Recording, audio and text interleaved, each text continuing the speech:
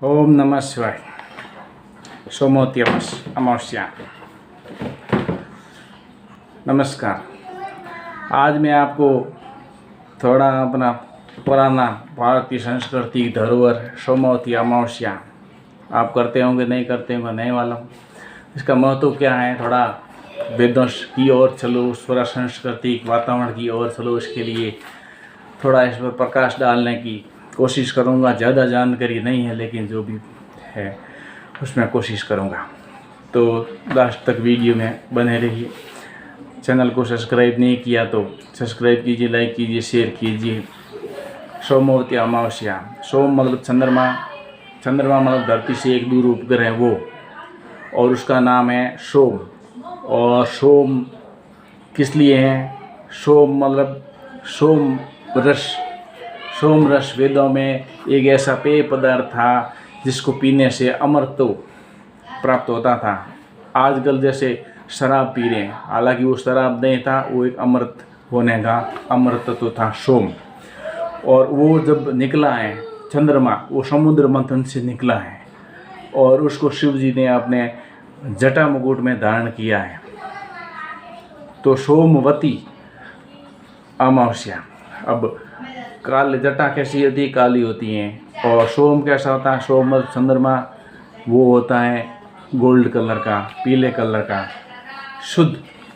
तो सोमवती, तो ये एक अमावस्या होती है। अमावस्या को काल रात्रि मानते हैं। लेकिन जो सोमवती अमावस्या होती हैं वो उसको ये वेदों में उसको बहुत ऊंची संज्ञा दी गई है सोमवती अमावस्या की। उस दिन दान पुण्य, यज्ञ, कीर्तन, दान, भजन, उपासना जो भी करते हैं उसको उसका फल मिलता है। उसका फल अच्छा मिलता है। जैसे दान किया 5 रुपये तो अपन को 500 रुपये मिलेंगे। किसी को खाना दिलाया तो अपन को और खाने का सामग्री अपने परिवार में स्थित होगा।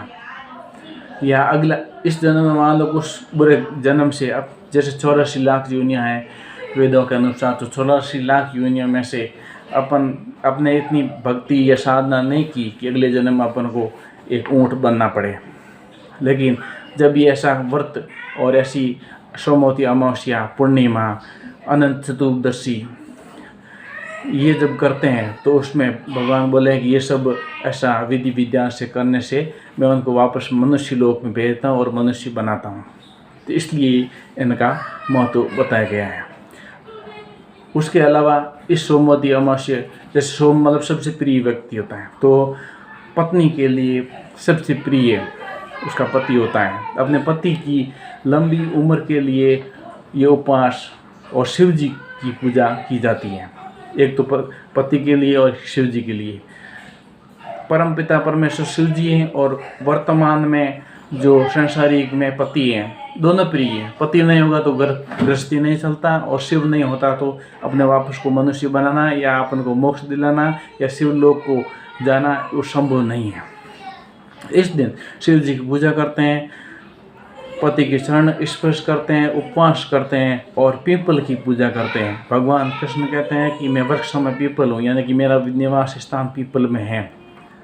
तो भगवान ब्रह्मा विष्णु महेश, ब्रह्मा ने बना दिया, विष्णु जी उसको पालन पोषण करें, तो विष्णु जी पीपल में घुसे तो पीपल की पूजा कर देते हैं और शिव जी की पूजा करते हैं, वो मोक्ष और शिवलोक की प्राप्ति के लिए।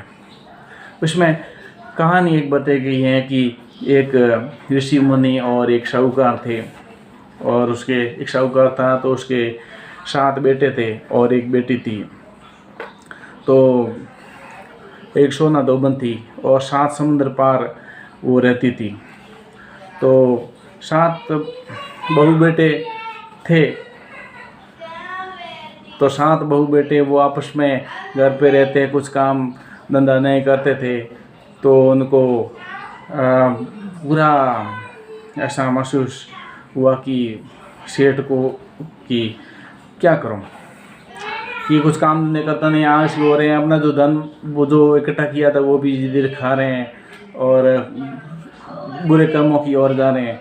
तो उनको सेठ जी ऋषि मुनि के पास में गए तो मुनि जी ने बोला कि एक सात समुंदर पार एक धोबन रहती हैं, सोना नाम की धोबन है। एक कहानी बनाएगी, अपना अपने हिसाब से भी ले सकते हैं।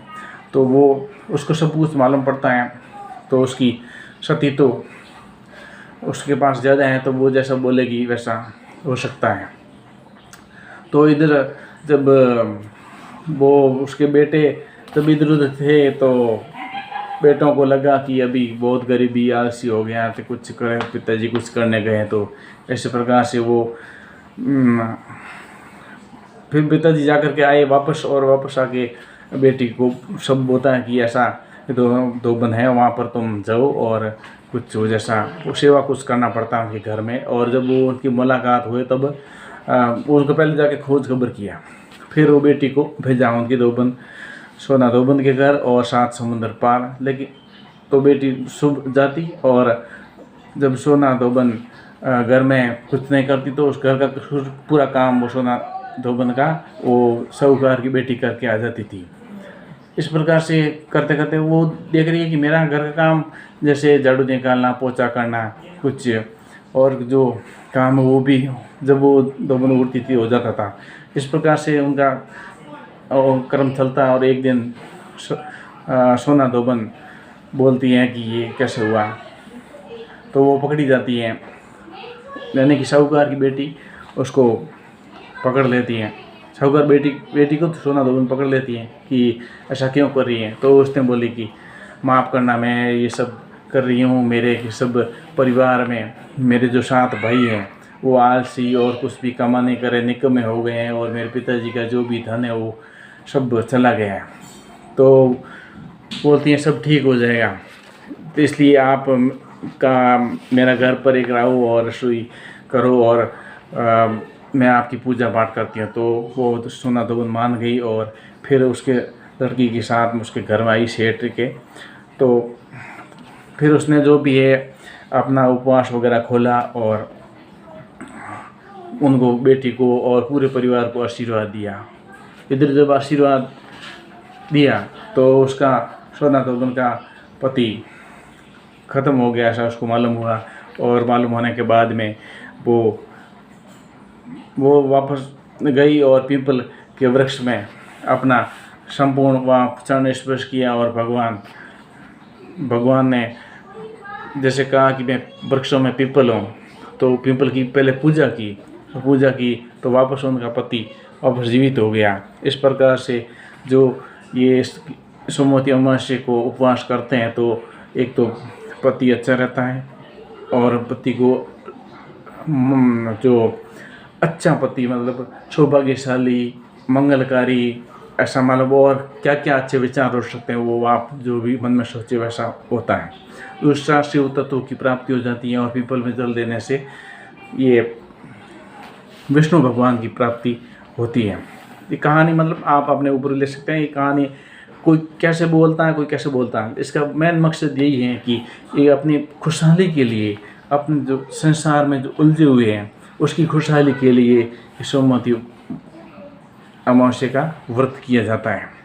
फिर उसने बोला कि ये जब भी सोमवती अमावस्या आए उस दिन व्रत कीजिए, और व्रत करने के बाद में जो अपने पास हैं उसको कुछ फल है, कुछ ऐसा चीज़ें वो अवश्य दान करनी चाहिए।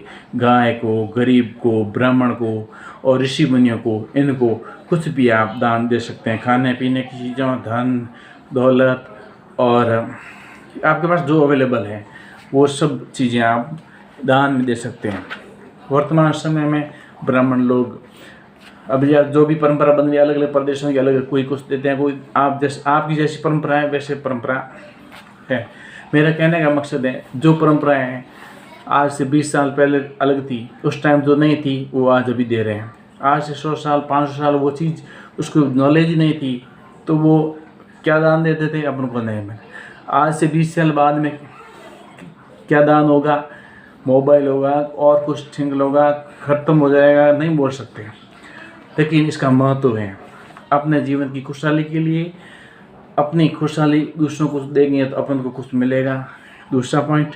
और तीसरा पॉइंट अपने भविष्य लोग के बारे में, अपने ये जीवन के बाद में दूसरे जीवन में ये पुण्य इससे मिलता है। ये सोमवती अमावस्या का महत्व है।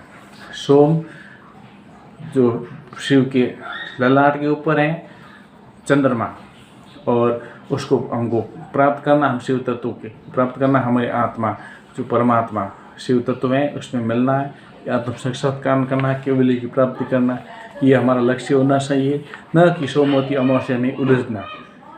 एक 12 क्लास है, 12 क्लास में सोमवती अमावस्या कौन सी क्लास है इसका वर्णन मैं नहीं बोल सकता हूँ, लेकिन एक इस तरह क्लास है। अपना जीवन लास्ट आत्म साक्षात्कार, ईश्वर प्राप्ति, शिव तत्व को प्राप्त करने की अपना लास्ट चरम 12वीं क्लास है।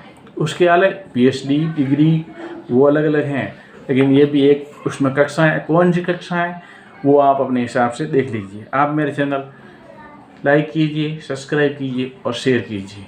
बहुत बहुत धन्यवाद। सोमवती अमावस्या की जय।